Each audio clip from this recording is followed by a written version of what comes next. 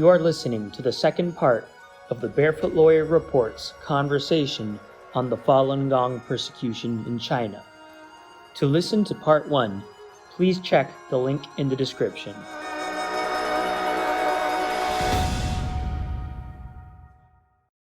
There's been a lot of brutal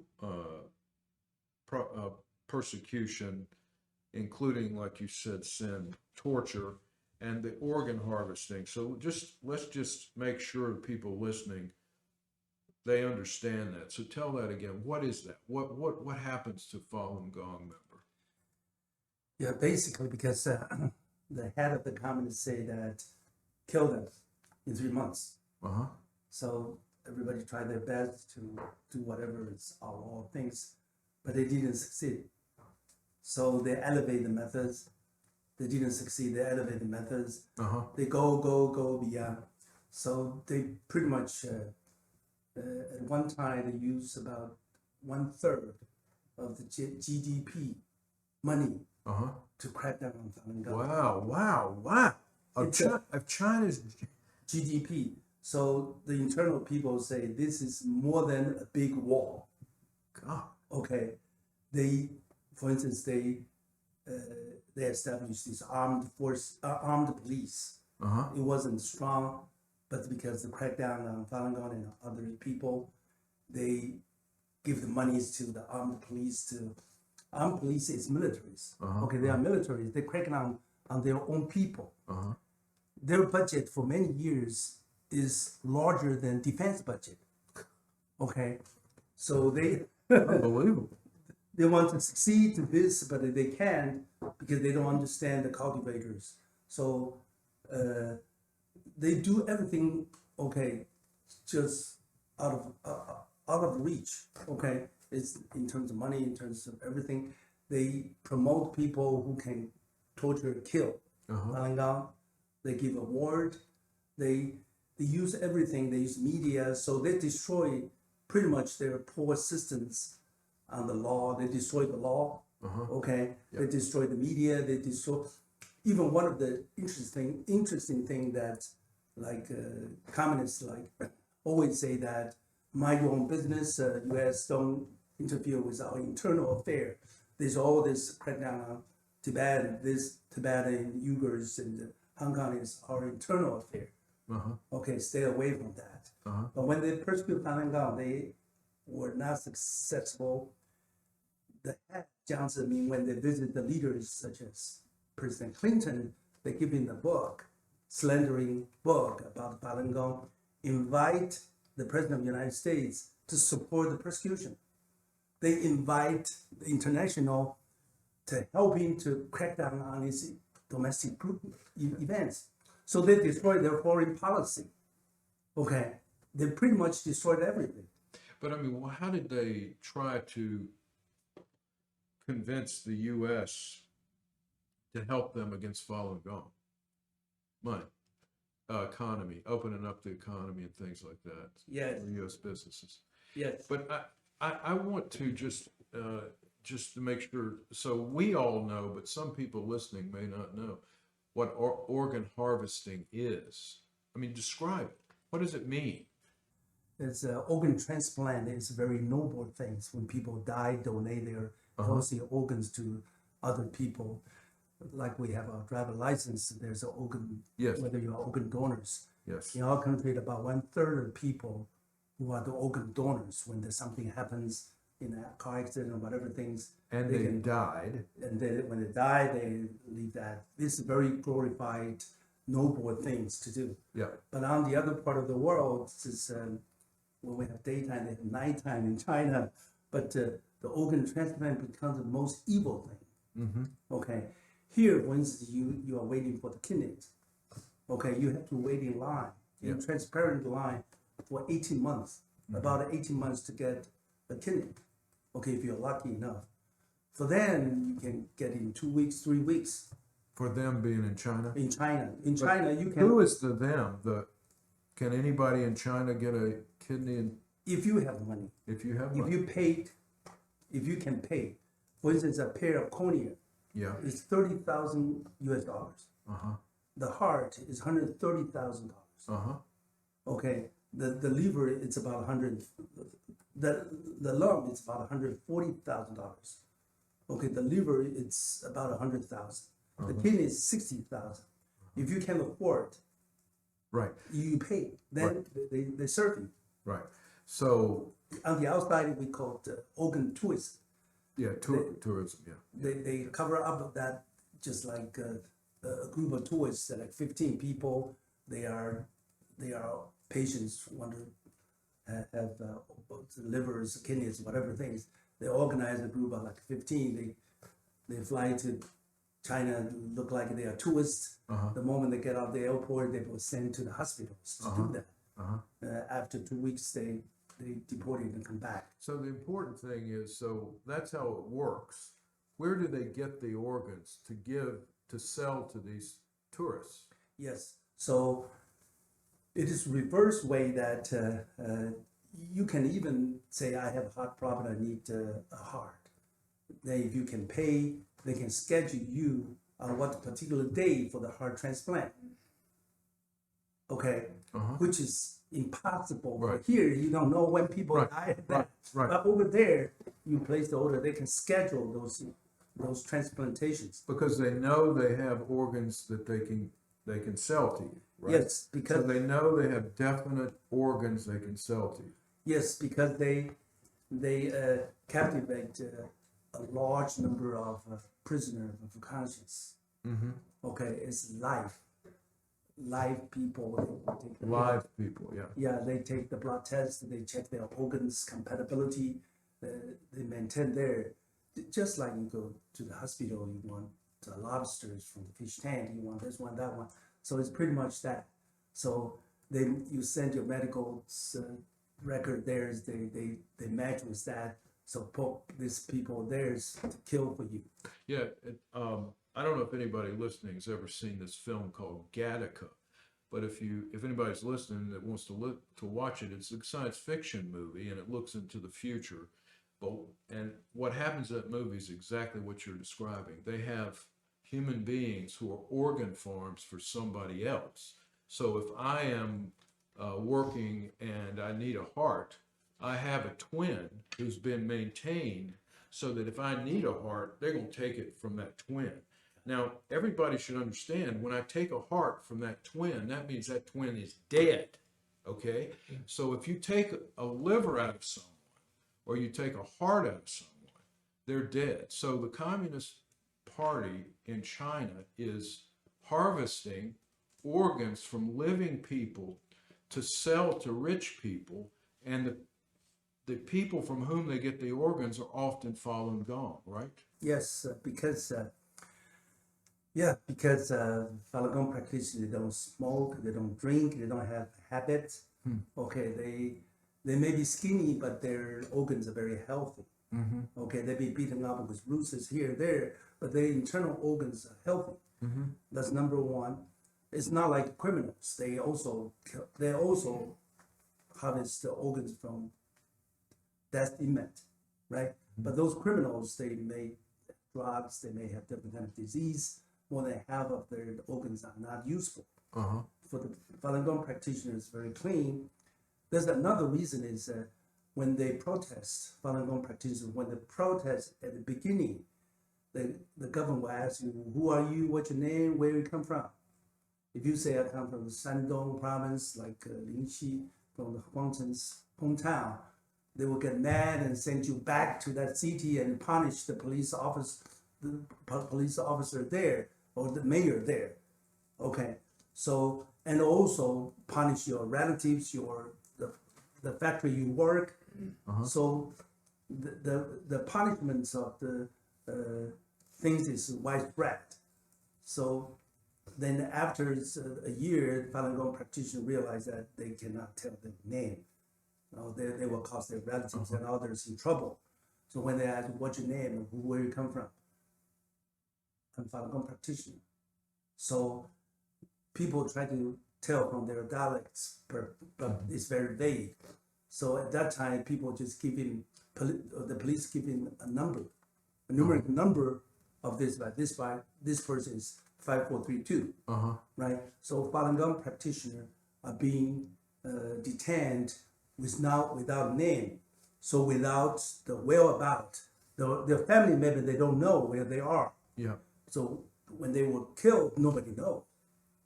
Even the criminals, if you kill their parents, their friends would know. They will trace down that.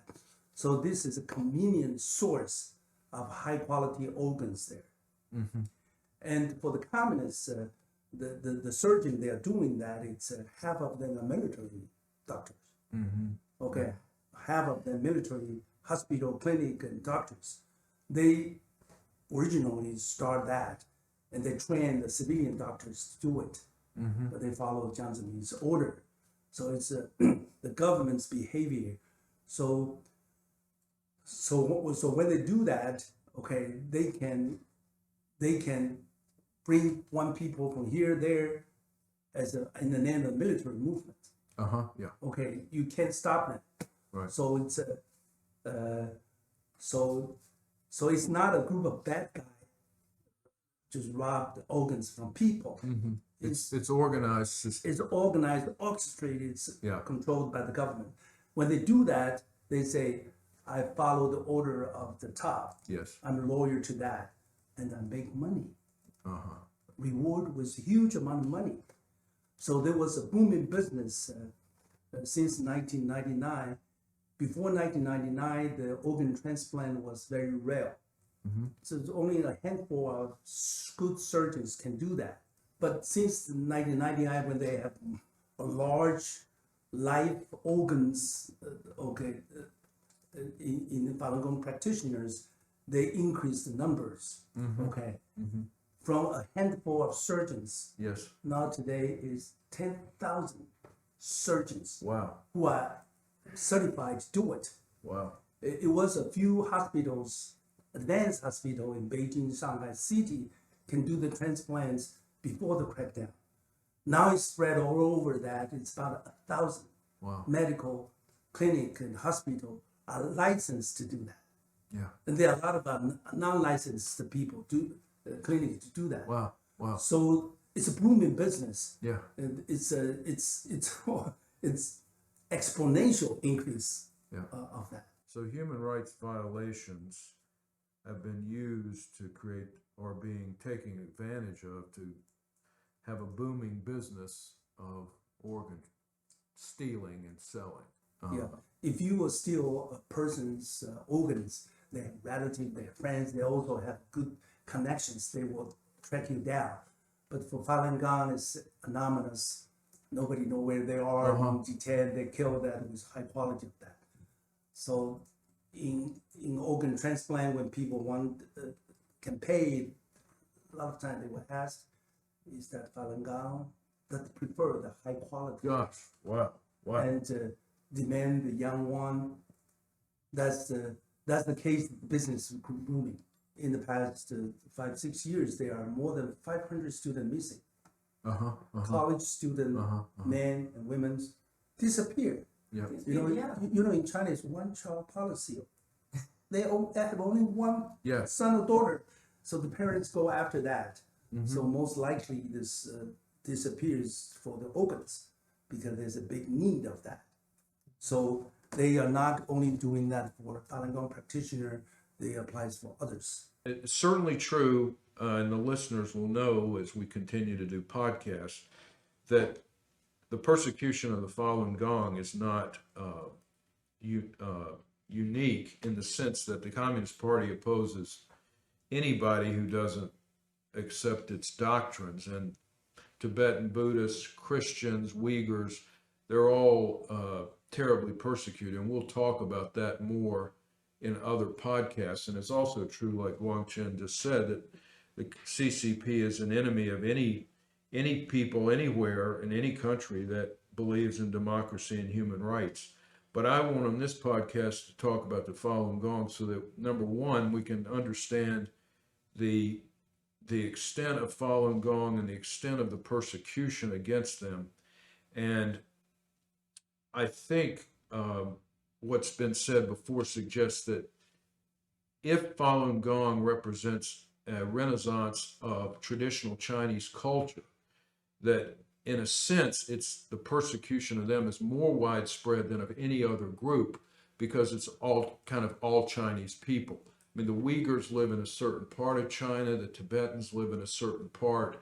The Christians are everywhere, but Falun Gong are everywhere. So there may be some aspects of what the CCP is doing that the listener needs to know about. Yes, Falun Gong come from the mainstream people. Most of them are Hans, the main people. So there were 100 million people plus the family members. Is a big part of the country, the society. Okay, it's not like Tibet has about 7 million people there in the southwest, and the Uyghurs it's about 20 millions. Even Hong Kong was 7 millions, Taiwan 23 millions. When it's easy for them to wage the nationalisms against the ethnic groups, but for Falun Gong, it's everywhere in the mainstream society. It's Chinese. Okay, it's the largest, probably it's the largest human rights atrocity in the modern day. Okay, then we don't hear too much about it. Okay, because that's probably Falun Gong was labor's #1 state enemy. Communists will do whatever money, whatever influence they can to influence the Western medias and the Western leaders. You don't hear too much about it. What we discussed is not happening in the past, still ongoing. Still ongoing massive human rights atrocities. Still in China today. Still in China today. Let's take the past 2 months, January, February this year. Okay, there were 423 Falun Gong practitioners being arrested. Okay, and plus another 359 people being harassed. Then among these people arrested, 3 of them, including 2 women and 1 man, being tortured and died within a month of the arrest. It's happening last 2 months, and all of them being, most of them being, their homes being ransacked, their money and saving being robbed by the police, the property being confiscated. Okay, all this happening, and for this last 2 months, the top 3 practitioners being arrested lost it's about $60,000 of the saving, which is about 7 years of their salary, being robbed by police under the good names of that. So it's thievery. Yes, then it's still ongoing, and usually Shandong, the hometown of Chen Guangcheng, is #1 province that has the persecution. But this last 2 months, Beijing, the Hebei province, top that is because the Winter Olympic. Okay, this capital city, Beijing, and another Zhangjiakou, there's 2 cities out of the 3 host the snow and ice sports. They don't want Falun Gong there to speak out the persecution to the foreign reporters, foreign visitors. So they arrest them. Okay, this is the dark behind the peaceful Olympics. Yeah. Guangcheng? So in fact, after the Communist Party decided to persecuted the persecution the Falun Gong, a lot of people died. A lot of people in jail or prison. Yeah, even when I was in jail, that is after 6 years, 7 years in jail. Still, the company still arrest a Falun Gong in there, the practitioner. I think every year the Communist Party sends them to prison, but still have new people join it. And of course, they have to, they tried hiding to do that. Yeah. In the future, Falun Gong will, the Falun Gong practitioner will more and more in mainland China. All right, thank you to Nieh for speaking with us today, and for Guangcheng. And this is the end of our second podcast on human rights in China. We'll be back with you soon, and we hope you'll join us.